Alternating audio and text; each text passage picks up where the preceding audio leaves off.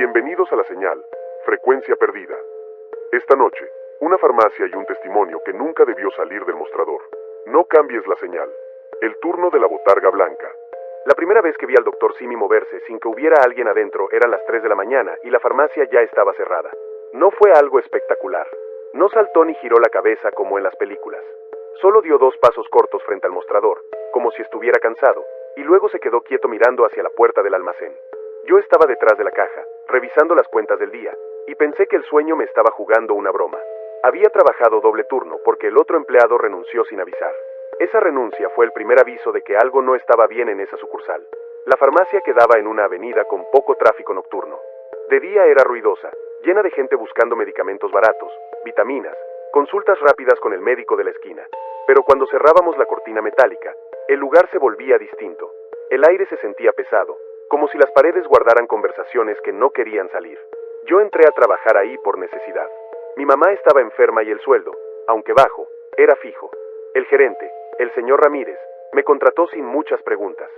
Solo me pidió discreción y puntualidad. Aquí todo funciona bien si nadie hace demasiadas preguntas, me dijo el primer día, con una sonrisa que no alcanzaba sus ojos. La botarga del doctor Simi estaba siempre colgada en una habitación pequeña junto al almacén. El encargado de usarla era Julián, un muchacho callado que parecía mayor de lo que decía su credencial. Caminaba encorvado incluso cuando no llevaba el traje. Tenía marcas en los brazos, moretones que intentaba cubrir con manga larga. Una tarde lo encontré sentado en el suelo del cuarto de la botarga. La cabeza del muñeco estaba a un lado y él respiraba con dificultad. ¿Estás bien?, le pregunté. Asintió, pero no me miró. Es el calor, murmuró. Adentro casi no entra aire. No dije nada más, pero noté que tenía la mejilla inflamada. Al día siguiente no volvió. Ramírez anunció que Julián había decidido buscar otra oportunidad. No dio detalles. Esa misma semana trajeron a otro joven para la botarga. Duró 2 días. Después empezaron a pedirme a mí que me la pusiera. Acepté porque necesitaba el dinero extra. La primera vez que entré en el traje sentí un olor extraño. No era solo sudor acumulado. Era algo más denso, como carne cruda olvidada bajo el sol. Pensé que sería por falta de limpieza. El interior estaba manchado en algunas partes. No era sangre fresca, pero sí había restos oscuros en la tela. Cuando se lo comenté al gerente, me respondió que era pintura vieja de algún evento. No le creí. Con el traje puesto, el mundo se volvía pequeño. La visión era limitada y el sonido se escuchaba apagado. Los niños me abrazaban, algunos me jalaban de la bata. Hasta ahí todo normal. Pero a veces, cuando caminaba por la banqueta frente a la farmacia, sentía que el traje se ajustaba solo, como si alguien me sujetara desde dentro. Una tarde, mientras bailaba para atraer clientes, perdí el equilibrio. No tropecé con nada. Fue como si alguien hubiera empujado mi rodilla desde atrás. Caí de lado y escuché risas nerviosas. Ramírez salió molesto. Me levantó del brazo con fuerza y me susurró al oído. No hagas escenas. Esa noche, cuando cerramos, me ordenó quedarme a limpiar el almacén. El almacén era más grande de lo que parecía desde el mostrador. Tenía una puerta metálica al fondo que casi nunca se abría. Allí guardaban cajas sin etiqueta. Algunas llegaban en camionetas sin logotipo, después de las 11 de la noche. Mientras barría, escuché golpes suaves dentro de una de esas cajas. Pensé que era mi imaginación, pero el sonido volvió. Golpes cortos, desesperados. Me acerqué y apoyé la oreja. Algo se movía dentro. La tapa estaba sellada con cinta gruesa. Dudé unos segundos y luego la abrí con una navaja que encontré en una mesa. El olor me golpeó antes de ver el contenido. No era un animal vivo. Eran bolsas negras, apretadas, con algo pesado adentro. Abrí una. Había carne. Cortes envueltos en plástico transparente. No soy experto en carnicería, pero sabía que no era res ni cerdo. Las formas eran demasiado irregulares. En una de las bolsas distinguí claramente lo que parecía una mano sin dedos completos. Me quedé paralizado. Escuché pasos detrás de mí. Ramírez estaba en la puerta. No gritó, no corrió. Solo me miró con expresión cansada.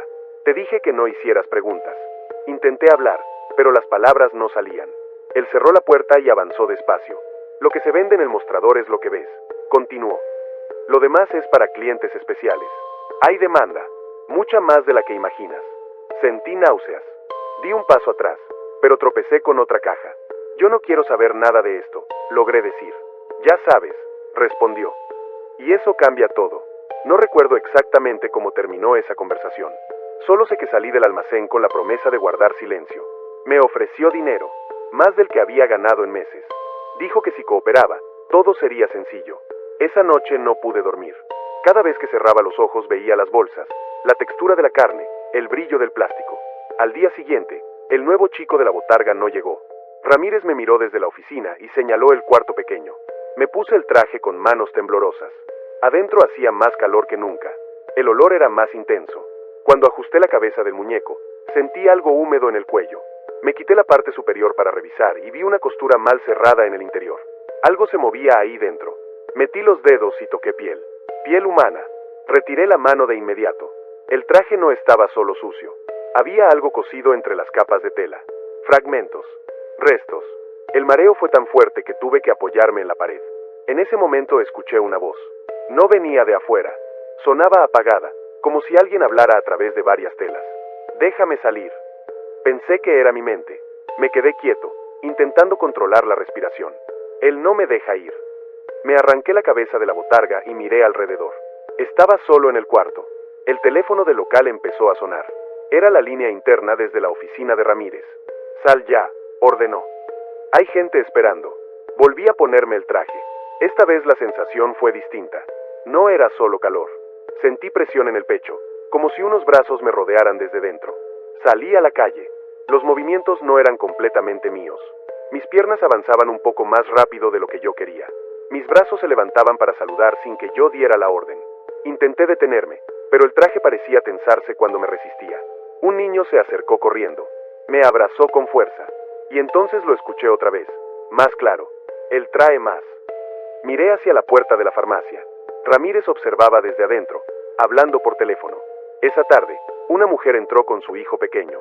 El niño tenía fiebre. Yo seguía afuera, atrapado dentro del traje. Vi cómo Ramírez los hizo pasar al consultorio. Pasaron más de 20 minutos. La mujer salió sola. Su expresión era extraña, como si estuviera confundida. Miraba el celular, luego la calle, luego volvía a mirar la puerta. Se fue sin el niño. Quise correr hacia ella, gritarle, pero mis pies no respondieron. La botarga giró lentamente hacia la puerta del consultorio. Sentí un tirón desde adentro, una especie de impulso que me obligó a entrar. El consultorio estaba vacío. Solo había una camilla manchada y una bandeja metálica con instrumentos. Escuché el sonido de la puerta metálica del almacén cerrándose al fondo.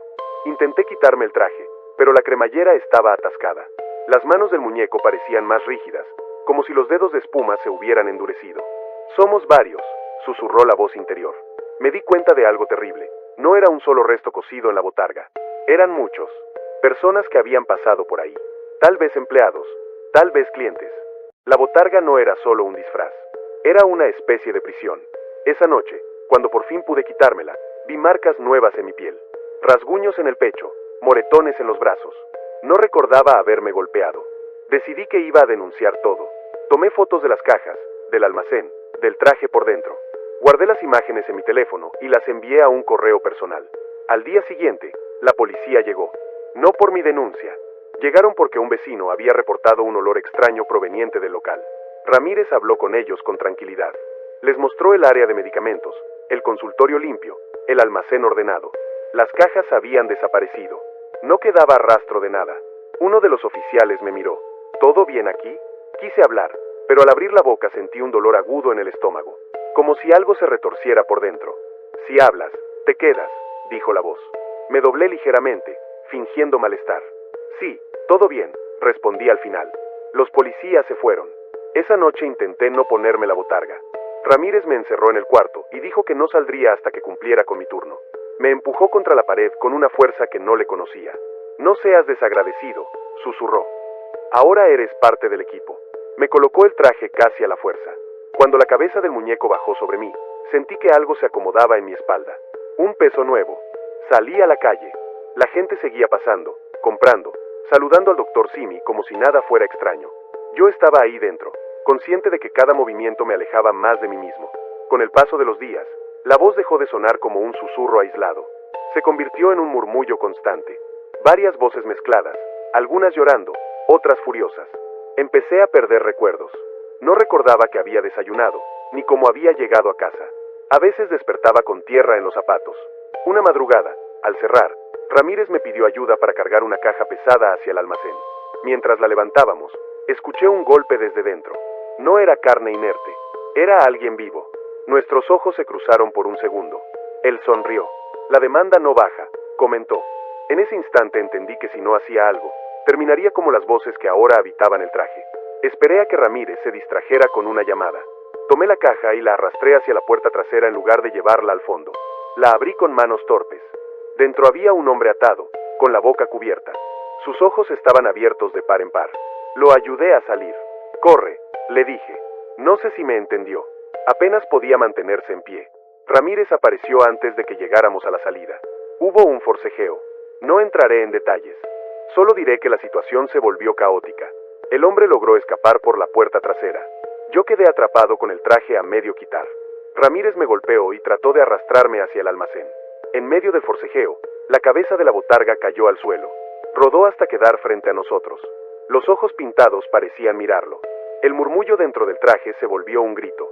Las costuras empezaron a abrirse solas. De entre la tela asomaron trozos de piel, dedos incompletos, mechones de cabello. Ramírez retrocedió, pálido. La botarga se levantó sin que nadie estuviera dentro. No caminó torpemente. Se movió con decisión. Lo sujetó por el cuello con las manos de espuma, que ahora parecían firmes como hueso. Yo me quedé inmóvil. No hubo sangre visible.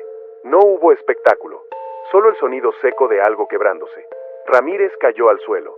La botarga permaneció de pie unos segundos. Luego giró lentamente hacia mí. Pensé que sería el siguiente, pero las voces se habían calmado. La figura dio un paso hacia la puerta trasera, como indicando el camino. Aproveché la oportunidad y corrí. No miré atrás. Horas después, la policía rodeaba la farmacia. Alguien había denunciado gritos. Encontraron a Ramírez muerto en el almacén. Nunca hablaron de cajas ni de carne. Oficialmente fue un accidente. La botarga desapareció. Renuncié al día siguiente. Creí que todo había terminado. Hasta que, semanas después, pasé frente a otra sucursal en un barrio distinto. Había música, globos y el doctor Simi bailando en la banqueta. Me quedé observando desde la esquina. El muñeco se detuvo por un segundo. Giró la cabeza hacia mí y levantó la mano en un saludo lento, como si me reconociera. Desde entonces evito mirar a cualquier botarga blanca demasiado tiempo. A veces, cuando cierro los ojos por la noche, escucho un murmullo lejano, como si varias voces hablaran desde detrás de una tela gruesa. No sé si lograron salir por completo, o si todavía están buscando a alguien más que pueda ponerse el traje. Inventario nocturno. El olor empezó antes que las preguntas. No era el aroma común de una farmacia. Alcohol, jarabes dulces, pomadas mentoladas. Era otro, más espeso, que salía del cuarto frío que estaba al fondo, donde en teoría solo guardábamos cajas de suero y algunos medicamentos que necesitaban refrigeración. Cada vez que abría esa puerta, sentía que el aire me raspaba la garganta. Entré a trabajar en esa sucursal porque estaba abierta las 24 horas y pagaban un poco más por el turno nocturno. La farmacia quedaba en una colonia vieja, con edificios descascarados y calles donde casi no pasaban patrullas. De día había movimiento. De noche, el silencio era tan grande que cualquier ruido parecía una señal. El gerente se llamaba Torres. Era de esos hombres que sonríen sin mostrar los dientes. Siempre hablaba en voz baja, como si temiera que alguien más escuchara. Desde el primer día me dijo que el turno nocturno era delicado. Aquí no solo vendemos medicamentos, comentó mientras me mostraba el inventario. También manejamos pedidos especiales. No pregunté nada. Necesitaba el empleo. Mi hermano menor había dejado la escuela y yo era el único que aportaba dinero en casa. La primera semana fue tranquila. Pocas ventas, uno que otro cliente buscando analgésicos o pruebas de embarazo. A las 3 de la mañana, el barrio quedaba vacío. Yo me sentaba detrás del mostrador y trataba de no quedarme dormido. Fue una madrugada cuando escuché el golpe. Venía del cuarto frío. Un sonido seco, como si algo hubiera caído dentro del refrigerador grande. Pensé que alguna caja se había movido mal. Tomé la llave y caminé hasta el fondo. Al abrir, el olor me dio directo en la cara. Dentro no solo había medicamentos. Había bolsas blancas, apiladas en el piso. No tenían etiquetas. Una de ellas estaba mal cerrada y dejaba ver algo rojo oscuro, cubierto con plástico. No soy carnicero, pero he visto suficiente carne en el mercado para saber distinguirla. Eso no parecía res. Tampoco cerdo. Cerré la puerta y regresé al mostrador con el pulso acelerado. Torres llegó al amanecer. Le mencioné lo del golpe y el desorden. No toques lo que no está en la lista, respondió sin mirarme. Es mercancía que pasa rápido. ¿Mercancía de qué tipo?, pregunté, tratando de sonar casual. Se detuvo frente a mí. De la que no se anuncia. Ese fue el momento en que debí irme. Pero no lo hice. Esa misma semana conocí a Lidia, la chica que hacía la botarga del doctor Simi en eventos especiales. No era empleada fija. La llamaban cuando había promoción. Tenía 20 años y una risa nerviosa que parecía no corresponder con lo que veía. Un viernes por la tarde la vi salir del cuarto trasero con los ojos enrojecidos. Caminaba rígida. ¿Te pasó algo?, le pregunté cuando pasó junto a mí. Negó con la cabeza, pero su voz salió quebrada. Solo calor, dijo. El traje estaba colgado en una percha metálica. Era más pesado de lo que parecía. Una vez me tocó moverlo y sentí que algo duro se acomodaba dentro, como si la espuma ocultara una estructura extraña. Con el tiempo empecé a notar que quienes usaban la botarga no duraban mucho.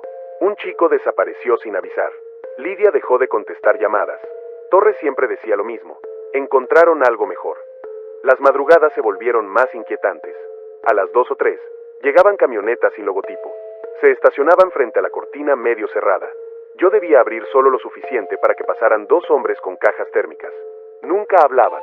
Dejaban el cargamento en el cuarto frío y se iban. Una noche, mientras firmaba un recibo sin membrete, escuché un quejido proveniente de una de las cajas. No era un sonido metálico, era humano. Miré a los hombres. Ellos me devolvieron la mirada sin expresión. Está mal cerrada, dijo uno, y golpeó la tapa con fuerza. El quejido se apagó. Me quedé inmóvil. Cuando se fueron, esperé unos minutos antes de entrar al cuarto frío. La puerta estaba entreabierta. Desde dentro salía un hilo delgado de vapor helado. Abrí una de las cajas. Había bolsas selladas, pero también algo más. Una mano, todavía unida aparte del antebrazo, descansaba sobre hielo picado. La piel estaba pálida, con marcas oscuras alrededor de la muñeca, como si hubiera estado atada. Sentí que el estómago se me vaciaba. No cerré bien la caja. Salí al pasillo intentando respirar. Al pasar junto al cuarto de la botarga, escuché un roce. El traje se movió solo. No fue un gran movimiento, apenas un balanceo leve, como si alguien lo hubiera empujado. Me acerqué despacio. El cierre estaba a medio subir. Desde dentro llegó un susurro. «Ayúdame». Di un paso atrás. «No puedo salir», continuó la voz, apagada, como si estuviera atrapada en tela gruesa. Pensé que era mi mente jugando conmigo. Tal vez el shock me estaba afectando. «Me duele», dijo otra voz, más débil. No era una sola persona. Tomé el traje por los hombros y lo sacudí. «¿Hay alguien ahí?», pregunté. El cierre se abrió unos centímetros más, como si alguien desde dentro lo empujara. Metí la mano con cuidado. Toqué piel fría. Retiré la mano de inmediato, pero algo me sujetó la muñeca desde dentro del traje. No era espuma, eran dedos. Grité y tiré con fuerza. Mi mano salió, dejando detrás un olor a humedad y sangre vieja. El traje quedó quieto otra vez. Torres apareció en el pasillo. «¿Qué haces?», preguntó con calma. Señalé el traje. «¿Hay alguien ahí?». Se acercó sin apuro, subió el cierre por completo y acomodó la cabeza del muñeco. «Son ideas tuyas. Trabajar de noche afecta». Escuché voces. Torres me miró fijamente. «Las voces vienen de la conciencia», respondió. «Y la conciencia estorba en este negocio». Me ordenó volver al mostrador. Esa madrugada casi no llegaron clientes. Solo una pareja joven con un bebé. El niño lloraba sin parar. La madre pidió algo para la fiebre. Torres los hizo pasar al consultorio, aunque el médico no estaba en turno. 15 minutos después, la pareja salió sola, sin el bebé. No parecían alterados. Caminaban como si estuvieran adormecidos. ¿Y el niño?, pregunté en voz baja cuando regresé al pasillo. Se quedó en observación, respondió Torres. No volví a ver a ese bebé. Los días siguientes fueron más oscuros. Torres empezó a pedirme que ayudara en el procesamiento. Así lo llamaba.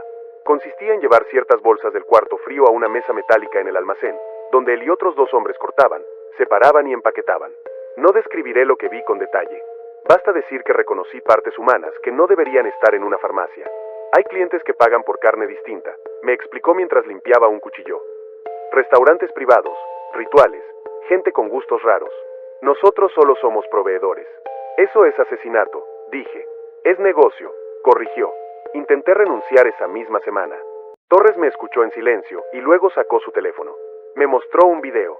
Era yo, dentro del cuarto frío, abriendo una caja. «Podría decir que tú eres el responsable», comentó. «Las cámaras muestran lo que conviene mostrar». Sentí que el suelo se movía bajo mis pies. «No puedes hacer eso. Puedo hacer mucho más». A partir de entonces, cada turno fue una amenaza. La botarga empezó a aparecer en lugares donde yo no la dejaba. Una noche la encontré sentada en la silla del consultorio. Otra, estaba de pie junto a la puerta trasera, como vigilando. Las voces se volvieron más claras. Nos prometieron trabajo. Nos dijeron que era solo promoción. No avisaron en casa. Reconocí el tono de Lidia entre ellas. Una madrugada, mientras acomodaba cajas, el traje cayó sobre mí desde la percha. Me cubrió la cabeza y los hombros. Intenté quitármelo, pero el interior se ajustó a mi cuerpo, como si estuviera hecho a mi medida. Sentí presión en la espalda, en el pecho, en las piernas. «Quédate», susurraron varias voces al mismo tiempo. Tropecé y caí al suelo. Desde afuera escuché pasos.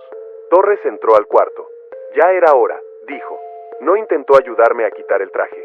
Al contrario, ajustó el cierre y acomodó la cabeza del muñeco sobre la mía. La visión quedó reducida a 2 pequeños orificios. «Ahora entiendes cómo funciona», murmuró. «El traje elige». Intenté gritar, pero el sonido quedó atrapado dentro. Me llevó hasta el frente de la farmacia y abrió la cortina. La calle estaba casi vacía. Un par de personas esperaban el camión nocturno. Mis piernas se movieron sin que yo lo ordenara. Salí a la banqueta y levanté los brazos en un saludo mecánico. Desde dentro escuchaba llantos, respiraciones agitadas, palabras sueltas. Cada paso era más pesado. Vi mi reflejo en el vidrio del local. La sonrisa pintada del muñeco parecía más amplia de lo normal. En ese momento entendí que el traje no era solo una prisión. Era un contenedor. Guardaba algo más que cuerpos. Guardaba rencor. Las voces empezaron a coordinarse. El murmullo se transformó en una sola intención. «Ahora», dijeron. Sin que yo hiciera nada, mis brazos giraron hacia la puerta del almacén. Caminé directo hacia Torres, que hablaba con uno de los hombres de las camionetas. La mano de espuma se cerró alrededor de su muñeca. Él intentó soltarse. «¿Qué haces?», preguntó, nervioso por primera vez. Las voces dentro del traje gritaron. Sentí una fuerza que no era mía recorriendo mis brazos. Torres cayó al suelo. Intentó arrastrarse, pero la botarga lo sostuvo con firmeza. No hubo espectáculo, solo un forcejeo breve y un silencio repentino. Los otros hombres huyeron. Yo caí de rodillas cuando el traje aflojó la presión. Logré quitarme la cabeza del muñeco y respirar aire libre. Torres yacía inmóvil. El cuarto frío quedó abierto. Las bolsas, expuestas. El olor llenó todo el local. Salí corriendo a la calle y llamé a la policía desde un teléfono público. Cuando llegaron, encontraron suficiente evidencia para cerrar la sucursal. No todo, porque muchas cosas ya no estaban, pero lo suficiente. Nunca mencioné las voces. Dije que actué en defensa propia. La investigación duró meses. Se habló de tráfico ilegal, de desapariciones, de una red más grande. Pero muchas preguntas quedaron sin respuesta. La botarga desapareció antes de que llegaran los peritos. Semanas después, mientras buscaba trabajo, pasé frente a otra farmacia en un barrio distinto. Había música y promociones. Un muñeco blanco bailaba en la entrada. Me detuve sin querer. El traje parecía nuevo, limpio, pero cuando giró la cabeza hacia mí, noté algo en los ojos pintados. Un brillo húmedo, un parpadeo leve. Sentí un murmullo en el oído, aunque estaba a varios metros. «Aún faltan», susurró. Desde entonces evito esas farmacias. No entro, no miro demasiado, porque entendí algo que no aparece en los periódicos. Cuando un negocio aprende que el cuerpo humano se puede vender por partes, no vuelve atrás tan fácil. Y si alguna vez ves que la botarga se queda quieta, observándote más tiempo de lo normal, no lo tomes como un gesto amable. Puede que esté contando, puede que esté esperando, o puede que ya haya decidido que eres el siguiente en el inventario nocturno. La sucursal que no aparece en el mapa. La sucursal que no aparece en el mapa. El letrero estaba encendido, pero en los registros no existía. Lo supe después, cuando intenté denunciar lo que pasó. Busqué la dirección en internet, en mapas, en la página oficial de la cadena. Nada, como si ese local nunca hubiera estado ahí. Pero yo trabajé 6 meses en ese lugar. Cobré sueldo, firmé nóminas, atendí clientes. Y todavía tengo cicatrices para probarlo. La farmacia estaba en la salida de la ciudad, rumbo a la carretera vieja. No era zona comercial. Alrededor había talleres mecánicos, bodegas y un motel barato. Me contrataron rápido. La entrevista fue en una oficina improvisada dentro del mismo local. El encargado, un hombre alto llamado Salgado, apenas revisó mis papeles. «Aquí se necesita discreción», me dijo. «Si haces bien tu trabajo, nadie te molesta». El turno era mixto. Algunos días entraba por la tarde y salía de madrugada. Otros, cubría la noche completa. Desde el principio noté algo extraño. No había cámaras visibles en el área de ventas, pero sí en el pasillo que llevaba al almacén y al consultorio. El consultorio casi no tenía pacientes reales. A veces llegaba gente con recetas simples, pero muchas noches permanecía vacío. Sin embargo, siempre había movimiento detrás. El primer incidente ocurrió un martes. Estaba acomodando cajas cuando escuché un golpe fuerte en la pared que compartía con el consultorio. No era el típico ruido de algo que cae. Fue un impacto seco, seguido de un quejido. Me quedé quieto. Luego vino otro sonido. como si arrastraran algo pesado por el piso. Fui a tocar la puerta del consultorio, pero estaba cerrada con llave. Desde adentro, una voz femenina dijo algo que no entendí. Sonaba ahogada. Salgado apareció detrás de mí. Regresa al mostrador, ordenó. Creo que alguien necesita ayuda, respondí. Me miró con una expresión fría. No es asunto tuyo. Esa noche, cuando cerramos, vi salir del consultorio a una mujer joven. Caminaba encorvada, sujetándose el abdomen. Tenía el maquillaje corrido y la blusa mal acomodada. Salgado la acompañó hasta la puerta trasera, no por la entrada principal. Ella evitó mirarme. Al día siguiente no volvió. Con el tiempo, entendí que el consultorio no era para consultas comunes. Varias mujeres entraban solas y salían distintas, algunas llorando, otras en silencio total. Nunca regresaban. Intenté convencerme de que no era mi problema. Necesitaba el sueldo, pero los sonidos nocturnos no me dejaban tranquilo. Además del consultorio, estaba el sótano. No aparecía en el plano que me mostraron al inicio. Descubrí la puerta una madrugada, cuando se fue la luz por unos segundos. Al regresar, noté que una sección del piso detrás del mostrador estaba ligeramente levantada. Al mover una alfombra, apareció una trampilla con candado. Días después vi a Salgado abrirla. Esperé a que se fuera y bajé con la linterna del celular. El sótano era pequeño, con paredes de concreto húmedo. Había un refrigerador industrial y una mesa metálica. En una esquina, varias bolsas negras apiladas. El olor era inconfundible. Me acerqué a una de las bolsas. Estaba mal cerrada. Dentro había trozos de carne envueltos en plástico transparente. No tenían etiquetas sanitarias, ni fecha, ni nada que indicara origen. En la mesa había una báscula y rollos de cinta. No necesitaba más detalles para entender que eso no era legal. Escuché pasos arriba y subí rápido, cerrando la trampilla como la encontré. Esa misma noche, un hombre robusto llegó en una camioneta oscura. No entró por la puerta principal. Golpeó 3 veces la cortina metálica y Salgado le abrió por un costado. Yo fingí revisar inventario mientras observaba de reojo. Bajaron al sótano. Cuando subieron, el hombre llevaba una hielera grande. Entrega completa, dijo Salgado. El cliente quedó satisfecho la vez pasada, respondió el otro. ¿Quiere más del mismo tipo? Sentí un frío en la espalda. No era solo tráfico ilegal.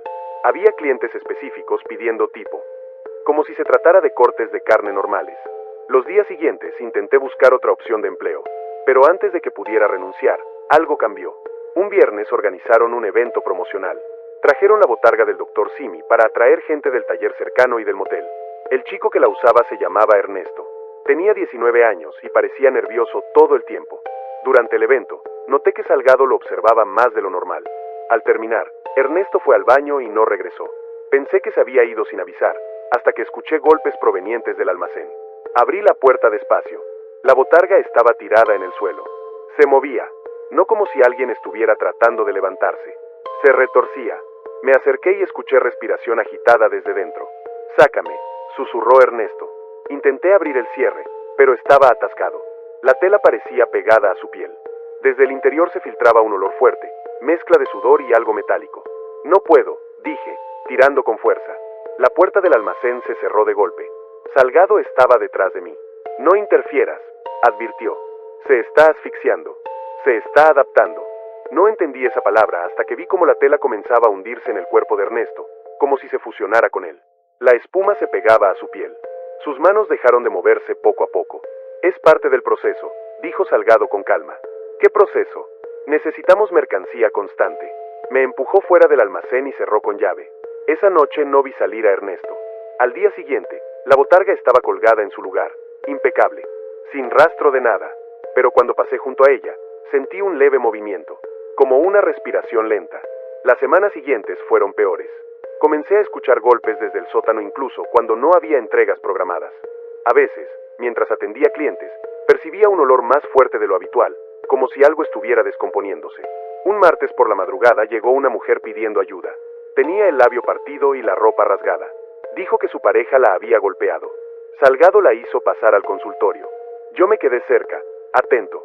Los sonidos que siguieron no fueron de atención médica. Golpes, súplicas, un llanto que se fue apagando. Intenté abrir la puerta, pero estaba cerrada. «Vete a tu puesto», ordenó Salgado desde dentro. No obedecí. Fui hacia la salida para llamar a la policía, pero la puerta principal estaba asegurada desde afuera con un candado adicional que no había visto antes. Estábamos encerrados. Minutos después, Salgado salió solo del consultorio. Tenía las manos manchadas. Se fue por la parte trasera, dijo, limpiándose con una toalla. No había puerta trasera en el consultorio. Esa noche bajé al sótano decidido a grabar todo. Lo que encontré no fue solo carne empaquetada. Había ropa femenina en un rincón, zapatos, bolsas, un celular roto, y en el refrigerador, bolsas con etiquetas escritas a mano, joven, adulto, especial. Sentí que me faltaba el aire. Saqué el teléfono para tomar fotos. En ese momento escuché un susurro detrás de mí. Todavía estás a tiempo. Me giré. La botarga estaba al pie de las escaleras del sótano. No había nadie sosteniéndola. Bajó un escalón, luego otro. La cabeza giró hacia mí con un movimiento lento. Desde dentro se escuchaba un murmullo, varias voces mezcladas. Reconocí la de Ernesto. También una voz femenina que podría haber sido la mujer golpeada. Ayúdanos, decían. ¿Cómo? Pregunté, sin pensar. La botarga levantó un brazo y señaló el refrigerador. Entendí. Abrí la puerta y empecé a sacar bolsas. Las rompí, dejando que el contenido cayera al suelo. El olor fue insoportable. ¿Qué haces?, gritó Salgado desde arriba. Bajó corriendo. La botarga se interpuso entre él y yo. No fue una escena exagerada. No hubo luces ni cosas imposibles. Solo vi cómo la figura blanca se movía con una firmeza que no parecía humana. Salgado intentó golpearla, pero sus puños se hundieron en la tela como si tocara barro. Las manos del muñeco se cerraron alrededor de su cuello. Yo subí las escaleras y corrí hacia la calle. El candado de la puerta principal ya no estaba.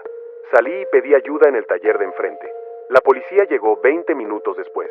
Encontraron el sótano, las bolsas, la ropa, pero no encontraron a Salgado, ni la botarga. El local fue clausurado. Días más tarde intenté ubicar la sucursal en el mapa para mostrarle a un periodista lo que había pasado. No aparecía, ni dirección, ni registros fiscales, nada, como si nunca hubiera existido. Pasé por la carretera vieja para comprobarlo. El edificio estaba ahí, pero el letrero había sido retirado. Las ventanas cubiertas con madera. En la puerta, un aviso: se renta. Me quedé mirando unos segundos. Desde adentro, detrás de las tablas, escuché un golpe suave, luego otro, y un murmullo que reconocí de inmediato. No sé cuántas sucursales más funcionan así. No sé cuántas están fuera de cualquier registro. Solo sé que, cuando veo una farmacia abierta toda la noche en un lugar donde no debería haber nada, cambio de acera. Porque aprendí que algunos negocios no buscan clientes, buscan cuerpos. Y hay sucursales que no aparecen en el mapa porque, si aparecieran, alguien tendría que explicar de dónde sale realmente su mercancía. Turno 24 horas. Turno 24 horas. A las 4 de la mañana casi nadie entra a una farmacia, pero esa hora fue la que me cambió la vida. El letrero verde parpadeaba desde hacía meses y nadie lo reparaba. Decían que así llamaba más la atención en la avenida. Yo cubría el turno nocturno porque pagaban un bono extra y porque, según el gerente, de noche todo es más tranquilo. Esa fue la frase que usó para convencerme. La sucursal estaba en una esquina transitada de día, pero vacía cuando caía la madrugada. Frente a nosotros había una taquería que cerraba a medianoche y un banco con cajero automático que casi nadie usaba. Después de las 2, la calle quedaba sola. El gerente se llamaba Medina. Siempre olía a loción fuerte y café. Tenía la costumbre de revisar las cámaras cada hora, aunque en teoría solo eran para seguridad. Una vez le pregunté por qué tantas revisiones y casi no pasaba nada. La noche saca lo peor de la gente, me respondió. Hay que vigilar. No entendía a qué se refería hasta que empecé a notar patrones. Cada jueves, exactamente a las 3:40 de la mañana, llegaba una camioneta blanca sin placas delanteras. No se estacionaba al frente, sino en el callejón lateral donde estaba la puerta de carga. Yo debía abrir solo cuando Medina me lo indicaba.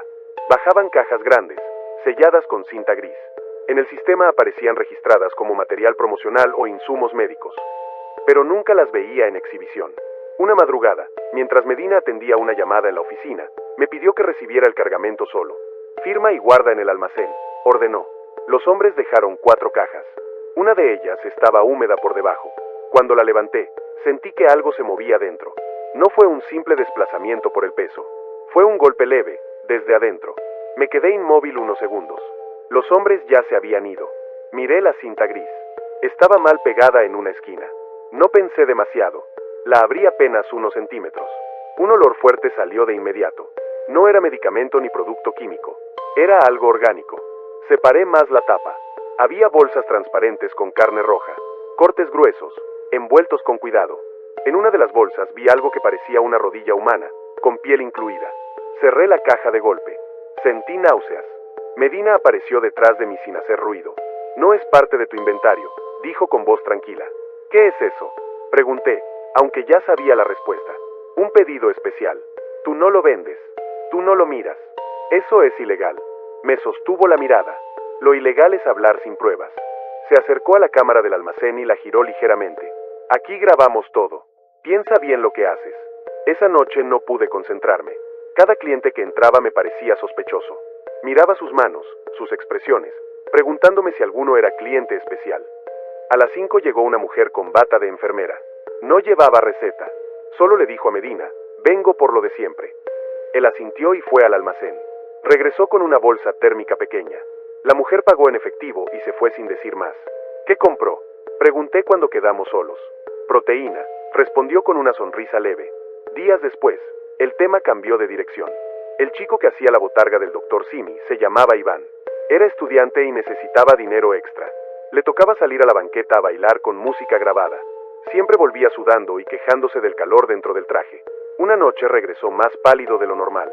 Algo se mueve ahí adentro, me dijo en voz baja mientras se quitaba la cabeza del muñeco. Es el ventilador interno, respondí sin pensar. Negó con la cabeza. No hay ventilador. Se quedó mirando el interior del traje como si esperara que algo saliera. Medina entró al cuarto y nos interrumpió. Menos charla, más trabajo. Iván dejó el traje colgado y salió al baño. No regresó. Pensé que se había ido, pero su mochila seguía en el casillero. Fui al baño y estaba vacío. Se fue antes, dijo Medina cuando le pregunté. Su mochila está aquí. Vendrá por ella luego. No volvió. Esa misma madrugada escuché un ruido en el almacén. No era el típico crujido de cajas. Era un arrastre. Entré con cuidado. La botarga estaba en el suelo. Se movía, no como si alguien la usara. Se inflaba y desinflaba levemente, como si respirara. Me acerqué despacio. Desde dentro salió un susurro. No cierres. Reconocí la voz de Iván. Sentí que el corazón me golpeaba en el pecho. ¿Dónde estás? Pregunté. Aquí. El traje se estremeció. Intenté abrir el cierre, pero estaba completamente sellado. No había costura visible. La tela parecía una sola pieza. Sácame, insistió la voz. No puedo. No dejes que me bajen. ¿Bajar a dónde? No respondió. Escuché pasos detrás de mí. Medina me observaba desde la puerta. ¿Te habla solo? Preguntó. Se acercó y levantó la botarga con facilidad. Guárdala. Mañana hay promoción. Esa noche no dormí. Al día siguiente, Medina me pidió que cubriera la botarga porque no había reemplazo. Me negué. No me pagan por eso. Te pagarán más, respondió. Y te conviene aceptar. Su tono no era amable. Accedí. El traje era más pesado de lo que recordaba. Al ponérmelo, sentí frío en la espalda, como si la tela estuviera húmeda. Ajusté la cabeza y mi visión se redujo a 2 pequeños orificios. Al salir a la banqueta, escuché risas de niños y música. Moví los brazos de forma mecánica. Entonces lo oí. Estoy aquí. La voz de Iván no venía de afuera. Estaba dentro del traje. No quiero estar así. Sentí presión en los brazos, como si algo se acomodara debajo de la tela. Intenté quitarme la cabeza del muñeco, pero mis manos no respondían con normalidad. No me dejes abajo, repitió. Regresé al interior tambaleándome. Quítame esto, le dije a Medina. Él cerró la puerta del almacén. Ya es tarde. Hay alguien adentro. Hay varios. Su respuesta me heló. ¿Qué significa eso? El traje es eficiente. No desperdicia nada. Me empujó hacia una esquina. Lo que no vendemos, lo reciclamos. Entendí. La carne que no salía en pedidos especiales tenía otro destino. El traje no era solo publicidad. Era contenedor. Intenté correr, pero tropecé. La cabeza del muñeco cayó al suelo y rodó hasta la pared. Desde el interior del traje escuché más voces. No solo la de Iván, también otras, algunas femeninas. Nos bajan al sótano, susurró una. Nos cortan, dijo otra. Sentí una fuerza que me obligaba a ponerme de pie. El traje comenzó a moverse sin que yo lo controlara. Avanzó hacia Medina. Él retrocedió. Tranquilo, murmuró, como si hablara con un animal. Las manos blancas se cerraron alrededor de su cuello. No hubo gritos largos, solo un sonido breve, seco. Yo caí al suelo cuando el traje perdió rigidez. Logré quitármelo con esfuerzo. Medina estaba inmóvil. La puerta del sótano, que yo no sabía que existía hasta ese momento, estaba abierta. Un olor intenso subía desde abajo. Bajé con la linterna del celular. Había una mesa metálica, ganchos colgando del techo y varias bolsas listas para entrega. También había ropa, zapatos, identificaciones. Entre ellas, la credencial de Iván. Subí las escaleras temblando y llamé a la policía. Cuando llegaron, encontraron el sótano y parte del material, pero muchas cajas ya no estaban. La camioneta blanca no volvió. El caso salió en noticias locales unos días y luego desapareció. La sucursal cerró. Pensé que todo había terminado. Meses después, caminando por otro barrio, vi una farmacia abierta toda la noche. Música alta, promociones, globos. En la entrada, un doctor Simi bailaba. Me quedé mirando. El muñeco giró la cabeza hacia mí y se quedó quieto. No saludó, no bailó, solo me observó. Sentí un murmullo leve en el oído, como si el aire vibrara. Faltan lugares, susurró una voz conocida. Desde entonces, cada vez que veo una sucursal abierta a las 4 de la mañana, recuerdo que el turno de 24 horas no es para vender más medicamentos.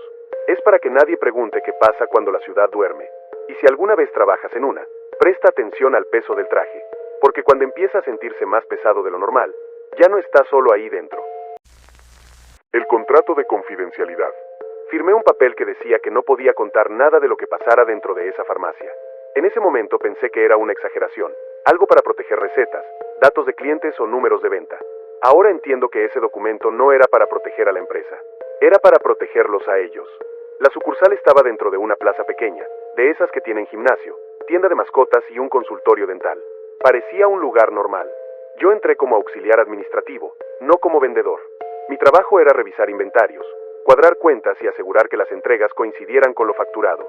El gerente, un hombre llamado Quiroga, me explicó desde el inicio que esa sucursal manejaba líneas especiales.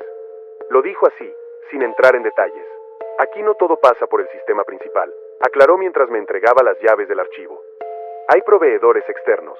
Las primeras semanas fueron comunes. Facturas, cajas de medicamentos genéricos, clientes habituales. Pero pronto noté algo extraño. Había entregas que no aparecían en el sistema digital. Solo estaban en hojas impresas, sin membrete oficial. Esas hojas se guardaban en una carpeta negra que Quiroga mantenía bajo llave.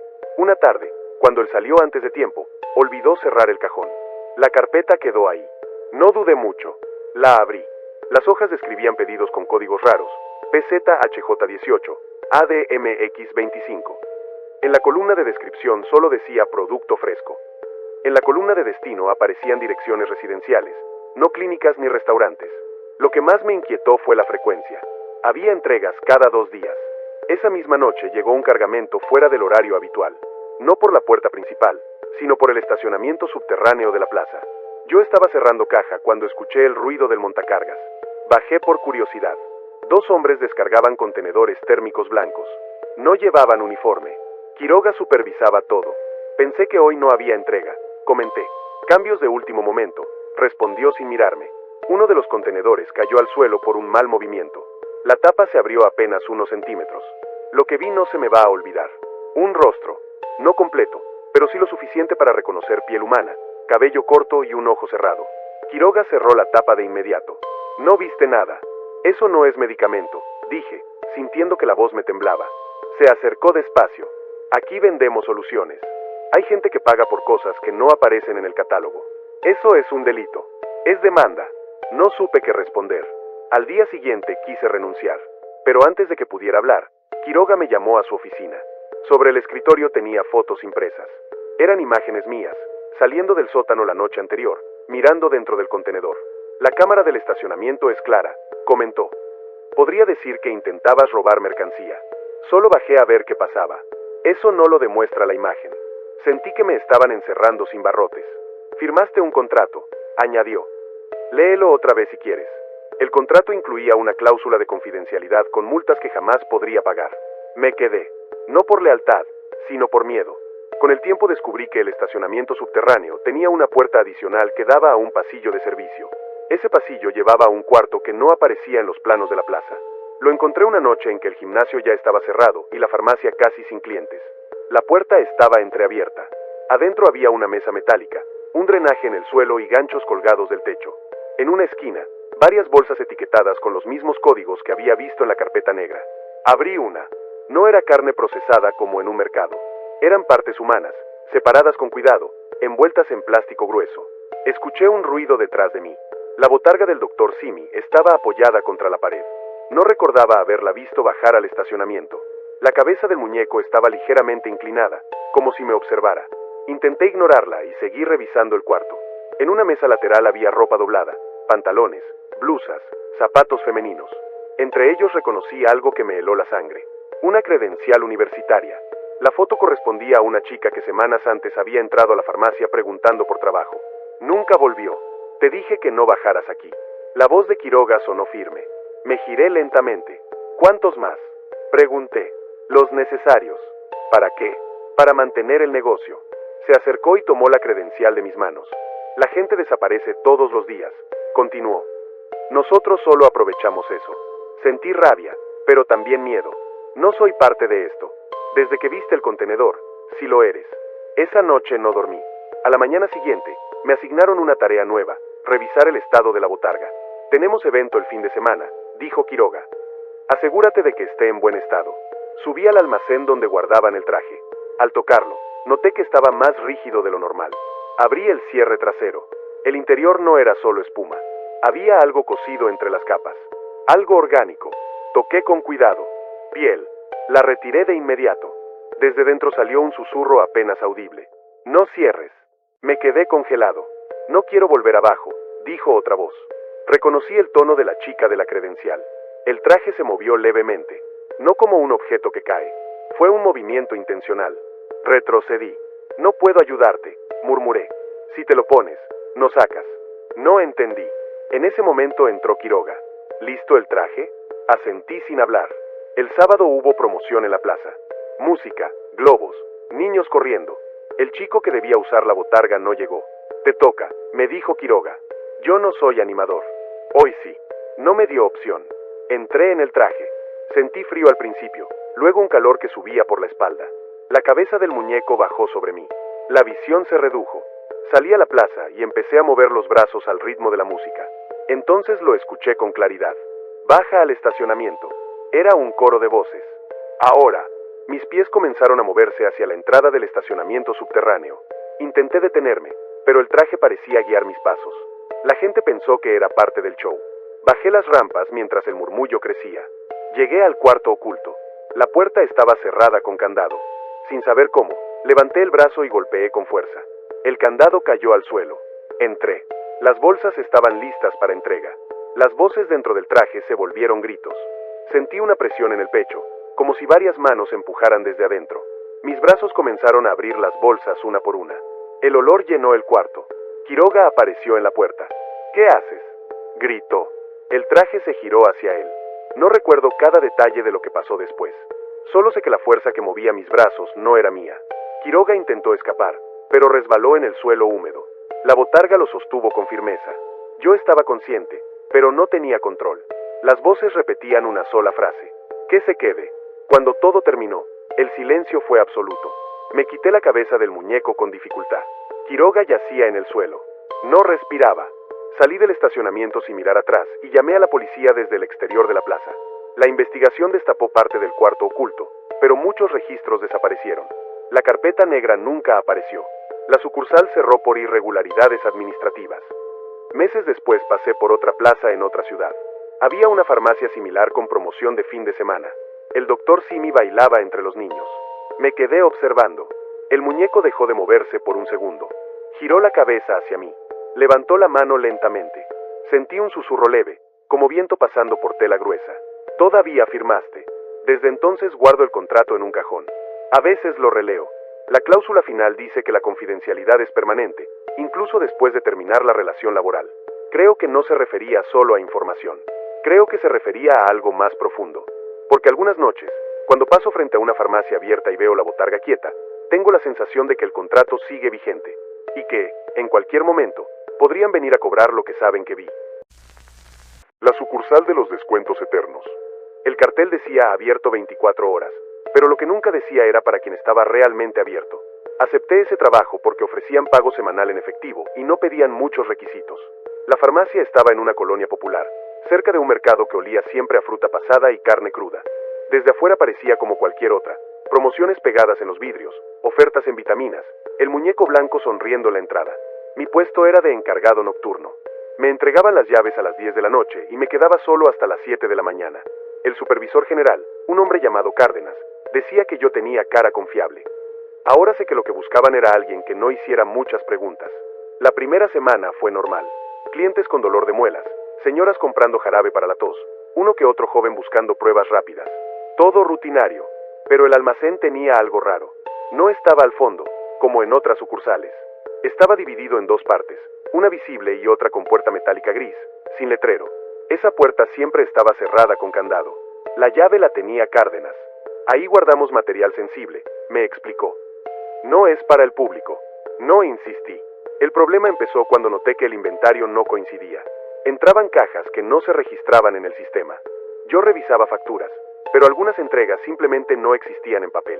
Llegaban entre la 1 y las 3 de la mañana, cuando la calle estaba vacía. Un jueves, el repartidor no llegó. En su lugar apareció una camioneta sin logotipo. 2 hombres bajaron 3 contenedores blancos, de esos que mantienen frío por horas.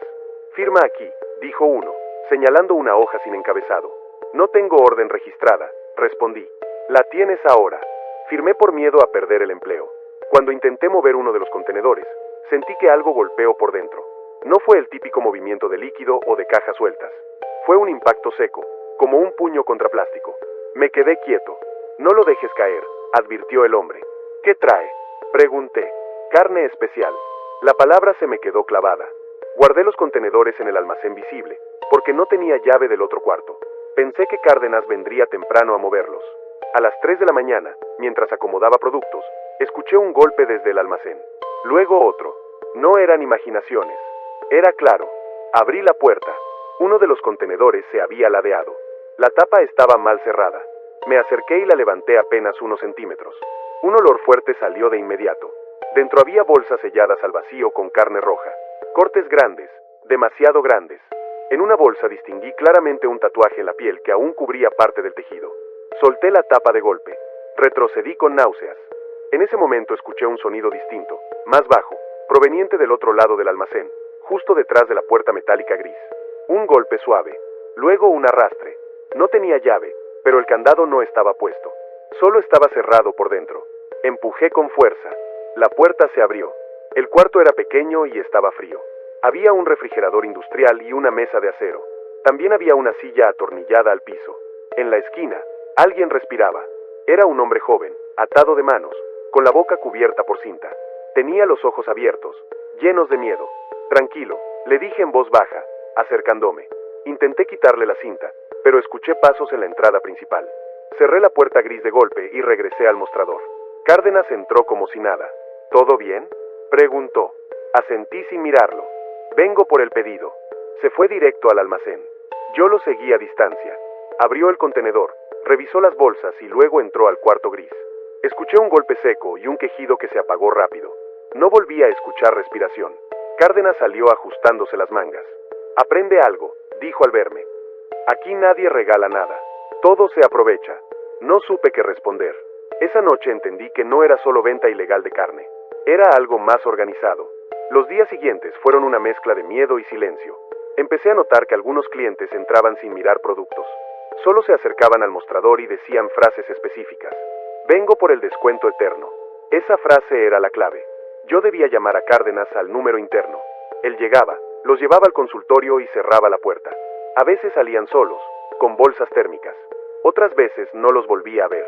Un martes llegó una mujer joven preguntando por empleo. Dijo que necesitaba trabajo urgente. Cárdenas la entrevistó en el consultorio.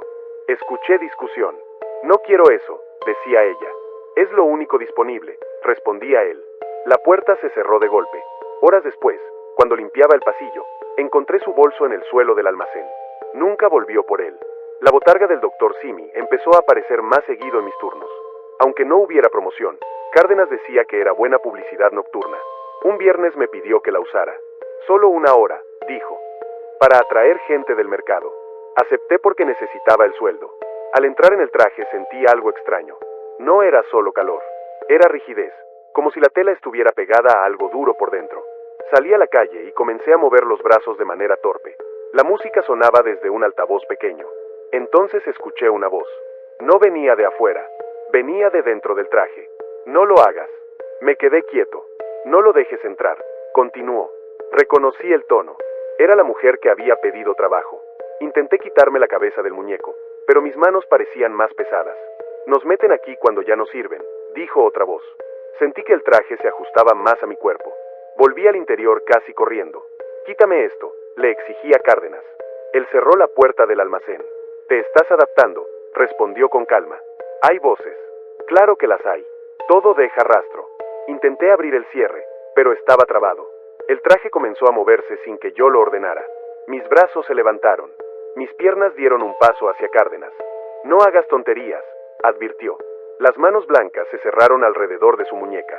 Sentí una fuerza que no era mía. Las voces dentro del traje comenzaron a hablar al mismo tiempo. «Él nos trajo. Él nos cerró. Él nos vendió». Cárdenas intentó soltarse, pero el traje lo sujetó con firmeza.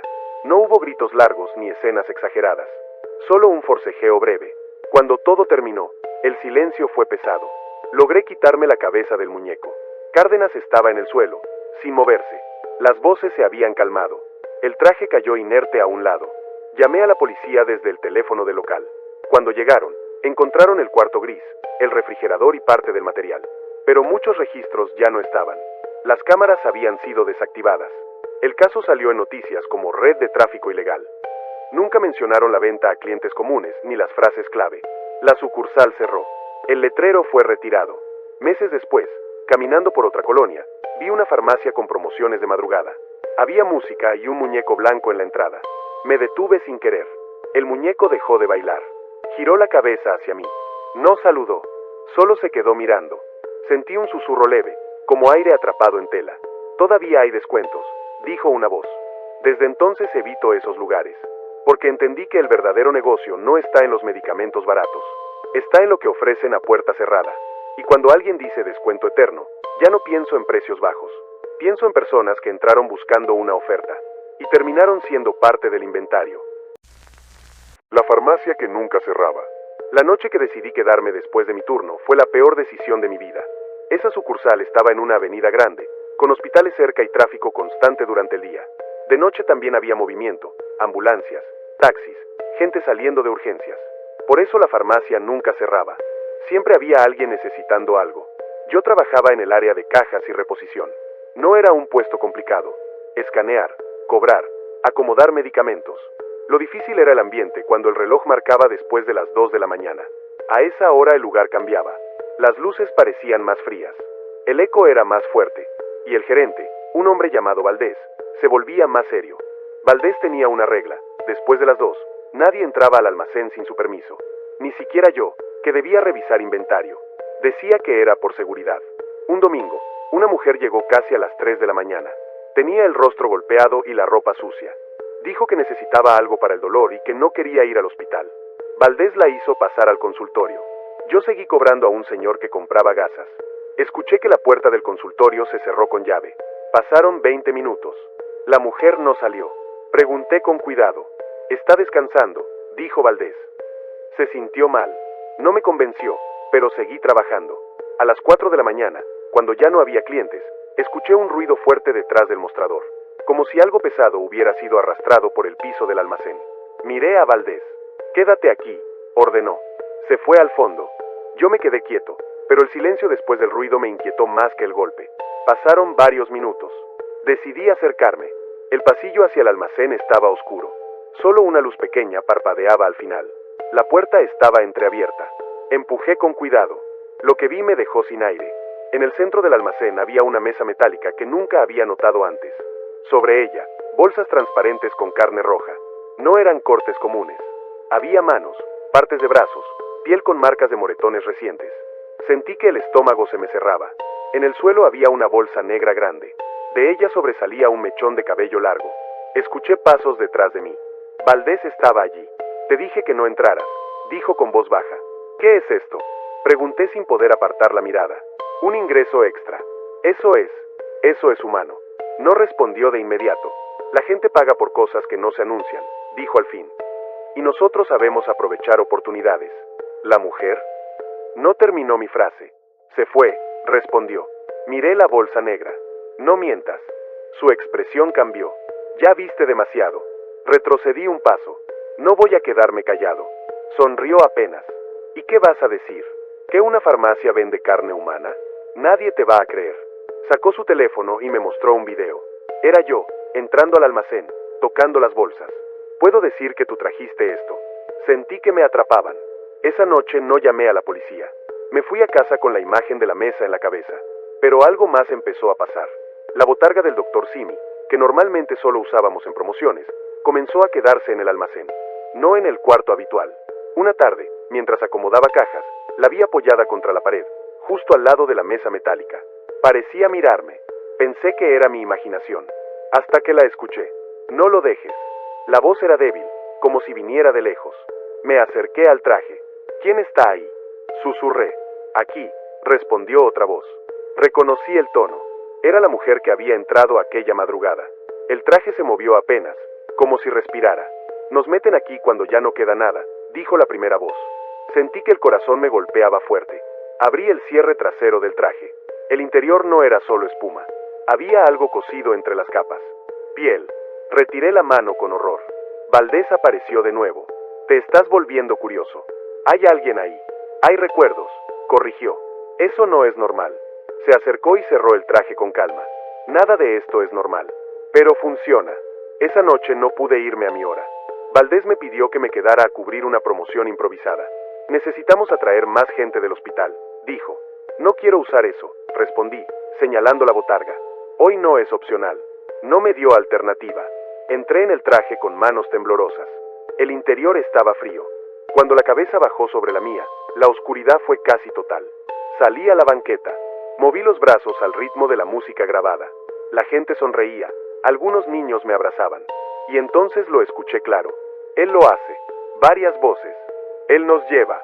Él nos corta. Sentí presión en el pecho. Intenté quitarme la cabeza del muñeco, pero mis manos no respondían. El traje comenzó a caminar hacia la entrada. No era mi decisión. Entré a la farmacia. Valdés estaba en el mostrador revisando algo. La botarga avanzó hacia él. Detente, ordenó. Las manos blancas se levantaron solas. Lo sujetaron del brazo. Yo sentía todo, pero no tenía control. Las voces dentro del traje hablaban al mismo tiempo. Que vea, que sienta. Valdés intentó soltarse, pero la fuerza era mayor. Tropezó y cayó al suelo del almacén. No describiré lo que pasó después con detalle. Solo diré que la mesa metálica no volvió a usarse. Cuando el traje se quedó inmóvil, logré quitármelo. Valdés estaba en el suelo, sin moverse. El silencio era pesado. Las bolsas seguían allí. Llamé a la policía desde el teléfono fijo. Llegaron rápido, porque había una patrulla cerca del hospital. Encontraron el almacén, la mesa, parte de las bolsas. El caso se manejó como una red ilegal de tráfico de órganos y restos humanos. Nunca mencionaron la botarga. Nunca hablaron de voces. La farmacia cerró durante meses. Pensé que todo había terminado. Hasta que, tiempo después, pasé frente a otra sucursal en otra ciudad. Era de madrugada. La vi desde el taxi. El muñeco blanco estaba en la entrada, inmóvil. No bailaba. No saludaba. Solo estaba ahí. El taxi se detuvo en el semáforo. La cabeza del muñeco giró lentamente hacia mí. No había nadie cerca que pudiera moverla. Sentí un susurro leve en el oído. Todavía no cierran. El semáforo cambió. El taxi avanzó. No volví a mirar. Desde entonces evito las farmacias abiertas de madrugada. No porque vendan medicamentos baratos, sino porque aprendí que algunos lugares nunca cierran, no por servicio, sino porque siempre están esperando a alguien que entre solo, de noche, buscando ayuda. Y cuando las puertas se cierran detrás de ti, ya no eres cliente, te conviertes en mercancía.